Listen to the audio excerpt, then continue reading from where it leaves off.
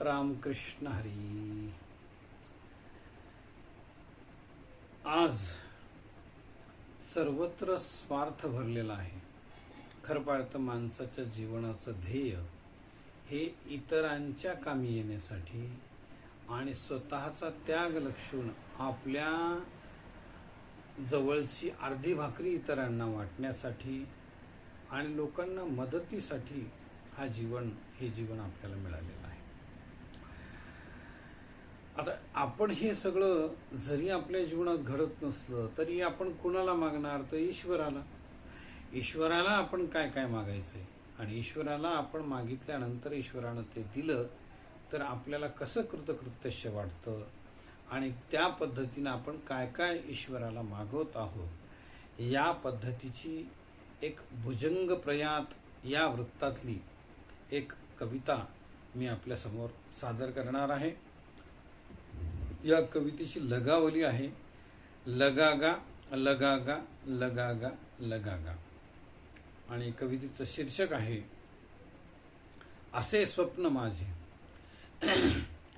नसावे कुणीही भुकेले उपाशी, असावे सुखाचे समाधान आता. कुण्या वंचिताचा नको सूर दुःखी, जगाचा नियंता कृपावंत दाता. कुण्या लेकराला मुखी स्तन्य देता, अशी धन्य व्हावी सुखी माय देही. न भीती न चिंता दुजा त्या दिठीची, सदा अंतरी तृप्त मातृत्व होई. कुणी कष्ट तो धर्म बिंदूत नातो, तया साध्यताही मिळो दे कृपाळा. असा जीव धोक्यात घालून रक्षी, तया सैनिकाला नको ना उन्हाळा. नव्या सर्जकाला मिळो प्रेरणाही, सदा भव्य हाती घडू दे दयाळा. धरा योम पाताळ व्याप्ती असावी, अशी उन्नती ही घडो अंतराळा. असा देश माझा घडो शक्तिशाली, इथे हात सारे प्रयत्नी असावे.